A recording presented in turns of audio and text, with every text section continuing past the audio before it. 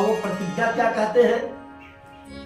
सुनो सुनो सुनो, दूर दूर से द्वीप द्वीप से आए हुए राजा महाराजा सुनो, आज इस यज्ञशाला में जो शिव जी के कठोर धनुष को, भारी धनुष को तोड़ेगा, बिना किसी नानुकुल के, बिना किसी योग्यता को देखे, एकमात्र योग्यता कि जो धनुष तोड़ेगा उससे जनक जी की दुलारी का विवाह हो जाएगा। अब ऐसी प्रतिज्ञा को सुनाया गया। फिर यह शुभ प्रतिज्ञा को सुनाते ही जैसे गुलदस्ता भेंट करते ही गुलदस्ता में कांटा एक ठोस दिया गया। कांटा क्या? अरे रावण बाण छुए नहीं चापा, रावण बाण छुए नहीं चापा, छूटे सकल नृपन करी दापा। और तुलसी बाबा क्या लिखते हैं? रावण बानो महाभट भारे, देखी सरासन गवहि सिधारे। वह बंदी जन कहते हैं कि शिव जी के धनुष की कठोरता, गरुता का प्रमाण यह जान लीजिए, हल्के में नहीं आइएगा, अपना पुछेटा उछेटा कोस लीजिएगा। धनुष कठोर है, भारी है। क्यों? इसका प्रमाण यह है कि रावण बाण महाभट हारे, देखी सरासन गवहि सिधारे। रावण भी आया था लंका से और पातालपुरी से बाणासुर भी आया था, बाण असुर, लेकिन दोनों शंकर जी के साथ थे। रावण तो जाते अहंकारी था लेकिन बाणासुर अहंकारी नहीं था। तो स्वभाव से धनुष को प्रणाम किया, बाणासुर चला गया और रावण गया तो रावण धनुष तोड़ देता, लेकिन धनुष के एक किनारे जहां से डोरी लगती है, इधर से डोरी उधर लगती है, एक किनारे पर कुछ लिखा था। विद्वान था ही रावण, वह पढ़ने लगा तो न तो हिंदी में लिखा था, न भोजपुरी में लिखा था, न संस्कृत में लिखा था। वह लिखा था ब्रह्मलिपि में और रावण ब्रह्मलिपि का ज्ञाता था, ब्रह्म विद्या का ज्ञाता था। उस पे लिखा था कि जो इस धनुष को तोड़ेगा उसका वनवास होगा 14 वर्ष का, उसके पिता का मरण होगा, पत्नी का हरण होगा। अब कहा हम काहे धनुष तोड़े? एक तो रिस्क ऊपर से कि टूटे न टूटे, और दूसरे टूटे तो यह जो है आफत छूटे। वो वहां से निकला, लेकिन सोचा कि जब हम नहीं तोड़ेंगे, तोड़ रहे हैं, तो जरा देख ले कि तोड़ने वाला कोई आया है। यदि धनुष पर लिखा है तो जो तोड़ने वाला होगा उसके विलास पर लिखा। तो कहते कहते कहते कहते हर किसी के मस्तक की देखा पढ़ते पढ़ते गुरुदेव विश्वामित्र के पास जैसे ही प्रभु राम को देखा, अति प्रसन्न हुआ, मन ही में प्रणाम किया, लेकिन असुर को कैसे थे सामने से प्रमाण प्रणाम करे, मन ही में गला देखा तो देखा तो हाथ पकड़ करके देखा तो राधे श्याम रामायण में है,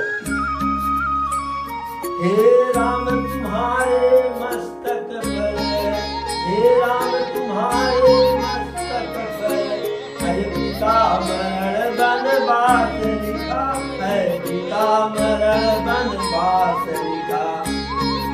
हे राम तुम्हारे मस्तक पर, है पिता मरण वनवास लिखा।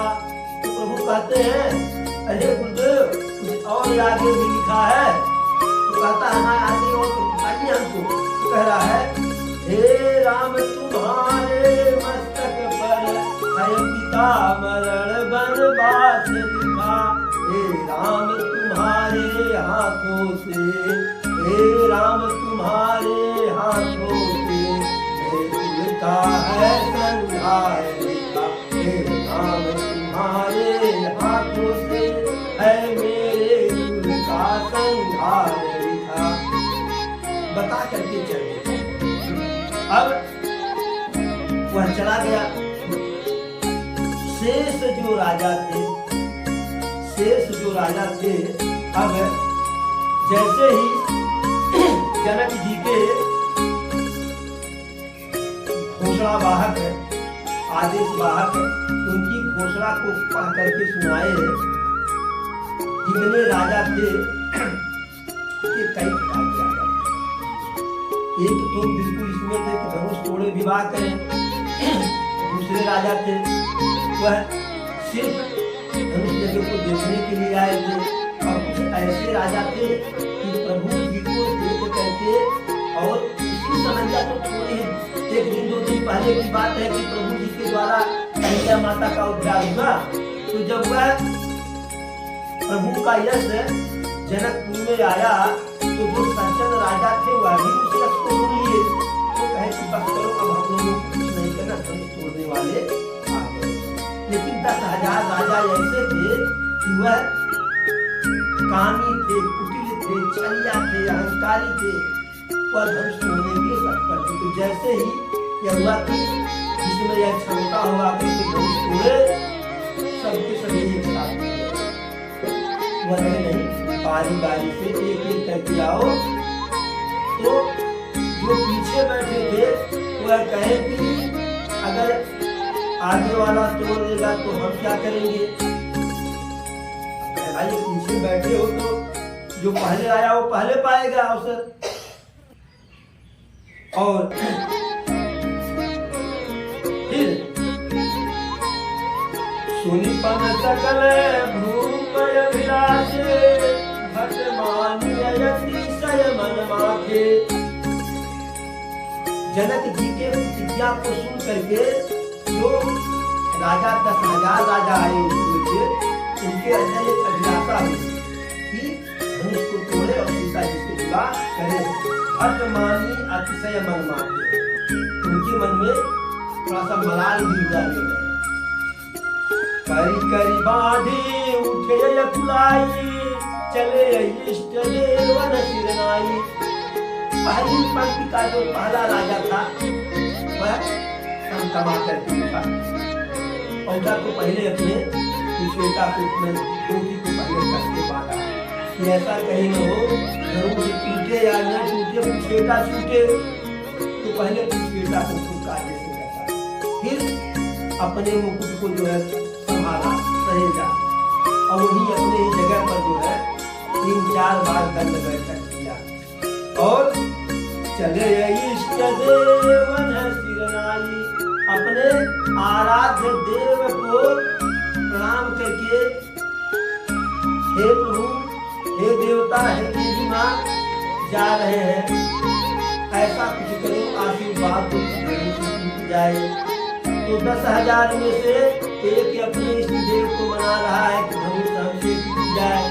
बाकी जो 9,999 थे वह अपने अपने इष्ट देव से मनाए कि हे प्रभु, धनुष इससे कतई न टूटे, अगर यह तोड़ देगा तो हम क्या करेंगे। तो अब बताओ, एक इष्ट देव और 9,999 इष्ट देव, धनुष टूटने वाला नहीं। अब तमकी ताकी तक शिव धन धरही, उठई न कोटि भांति बल करही। अब धनुष को जो है तमक करके शिव जी के तमकी ताकी तक शिव धन धरही, उठई न कोटि भांति बल करही। तमा करके पकड़ रहे हैं और उठई न कोटि भांति बल करही, अनेकों प्रकार का उपाय कर रहे हैं। खड़े होकर के उठा रहे हैं, बैठ करके उठा रहे हैं, नहीं उठा तो लेट करके उठा रहे हैं, लेकिन धनुष जो है उठा नहीं। जिनके कछु विचार मन माही, चाप समीप महीपन जाही। जिन राजाओं के पास कुछ विवेक था वह जो है जान करके, समझ बूझ करके धनुष के पास नहीं गए कि मान सम्मान को बचा रह जाएगा। तमति धरहि तनूढ़ नृप उठई न चलहि लजाय मनहु पाई भट बाहुबल अधिक अधिक गरुआर। अब तमक तमक करके जो है एक के बाद एक जब एक आया तो दूसरा जाने लगा, तो पहला वाला कह रहा है जा हमसे नायक का तो से किया अब तू मुनट कौने सब मेरे 10,000 बारी बारी से चले गए। मन उपाय भटवाओ मन अधिक अधिक गरुआय। धनुष इतना जो है भारी हो गया कि जैसे सभी राजाओं का बल अपने में शोषित कर लिया और वजनी हो गया, और उठाने और तोड़ने की क्या बात है। जगह न शंभु सरासन कैसे कामिय बचन सती मन जैसे। वह टूटा क्या हीला करते कोई राजा उसे हिला भी नहीं पाया। तब सभी राजाओं ने विचार किया, पहले तो जो नहीं तोड़ने जा रहे थे उनसे कहे कि आप काहे नहीं गए, लगता है आप कायर है। तो कहे हम कायर नहीं है, तुम्ही को बात दी का कर ली और हम कायर नहीं है। कहे वो कैसे, कहे कि हम भूमिपति राजा अर्थात धरती का पति, हम भूमिपति है। और सीता जी की असली माता कौन थी, धरती माता। सीता जी भूमिजा है अर्थात वह हमारी पुत्री हुई। अब ये बताओ कोई भी पुरुष अपनी पुत्री से विवाह करेगा, हम तो नहीं करेंगे। वह अपने आप को सीता जी से एक अलग रिश्ता जोड़ लिए पिता पुत्री का।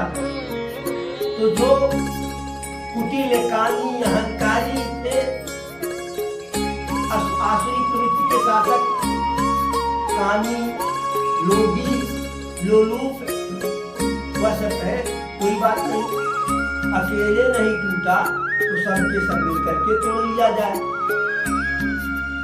तो जब हुआ कि तोड़ लिया जाए तो उसमें से किसी ने कहा ये तो बात ठीक है कि सभी लोग मिल करके धनुष तोड़ ले, लेकिन धनुष एक कन्या एक और यहाँ 10,000 लोग हैं, विवाह किससे होगा। तो किसी ने कहा कि पहले धनुष तोड़ो, विवाह का हम जो है उपाय बताएंगे। कहा नहीं पहले बता दो, साथ में चले तुड़वाने तो बात में कहो कि मैंने उपाय ऐसे होगा। तो उसने कहा कि तब हम लोग आपस में लड़ेंगे, जो जीतेगा उससे विवाह होगा। तो कुछ लोग पहले लड़ने लगे कि ना यह शर्त मंजूर नहीं है। लेकिन फिर भी जो है, जैसे हमारे यहाँ लोकसभा का चुनाव है तो एक तरफ भारतीय जनता पार्टी है जिसके प्रधानमंत्री घोषित है नरेंद्र मोदी जी, और दूसरी तरफ जो है कांग्रेस के नेतृत्व में इंडिया गठबंधन है जिसमें कोई प्रधानमंत्री का उम्मीदवार नहीं है। सब कह रहे हैं कि भारत के सभी नागरिक हमको वोट दे, भाजपा को वोट न दे, चुनाव में हम जीते। तो जनता पूछती है कि प्रधानमंत्री कौन बनेगा, तो सब कहते हैं हम लोग आपस में लड़ करके निपटा लेंगे तो प्रधानमंत्री पहले तुम लोग वोट दो। तो वैसे उस समय सब कहे कि पहले मिल करके जो है धनुष को तोड़ लिया जाए। एक बात है, देखिए जब भी हमें सत्संग और भजन का अवसर मिले, जब भी तो हमें सत्संग और भजन हर हालत में प्रयास करके कर लेना चाहिए। अलग से कोई टाइम मिलने वाला नहीं। और जब सत्संग और भजन में बैठे प्रभु की कथा में तो मन लगा करके सुना, क्योंकि अलग से कोई टाइम मिलने वाला नहीं है। क्या भरोसा है इस जिंदगी का, क्या भरोसा है इस जिंदगी का, साथ देती नहीं है किसी का। क्या भरोसा है इस जिंदगी का, साथ देती नहीं है किसी का, साथ देती नहीं है किसी का। शम्मा बुझ जाएगी जलते जलते, शम्मा बुझ जाएगी जलते जलते, सांस रुक जाएगी चलते चलते। शम्मा बुझ जाएगी जलते जलते, सांस रुक जाएगी चलते चलते। दम निकल जाएगा आदमी का, दम निकल जाएगा आदमी का। और साथ देती नहीं है किसी का, क्या भरोसा है इस जिंदगी का। साथ देती नहीं है किसी का। दुनिया की है हकीकत पुरानी, दुनिया की है हकीकत पुरानी। चलते चलते रुकना है इसे की रवानी, दुनिया की है हकीकत पुरानी। चलते चलते है रुकना रवानी। हर्ज पूरा करो बंदगी का, हर्ज पूरा करो बंदगी का। साथ देती नहीं है किसी का, क्या भरोसा है इस जिंदगी का। साथ देती नहीं है किसी का। हम रहे ना रहे मोहब्बत रहेगी, हम रहे ना मोहब्बत रहेगी। दास्ता अपनी दुनिया कहेगी, हम रहे ना मोहब्बत रहेगी। दास्ता अपनी दुनिया कहेगी। नाम रह जाएगा आदमी का, नाम रह जाएगा आदमी का। साथ देती नहीं है किसी का, क्या भरोसा है इस जिंदगी का। साथ देती नहीं है किसी का।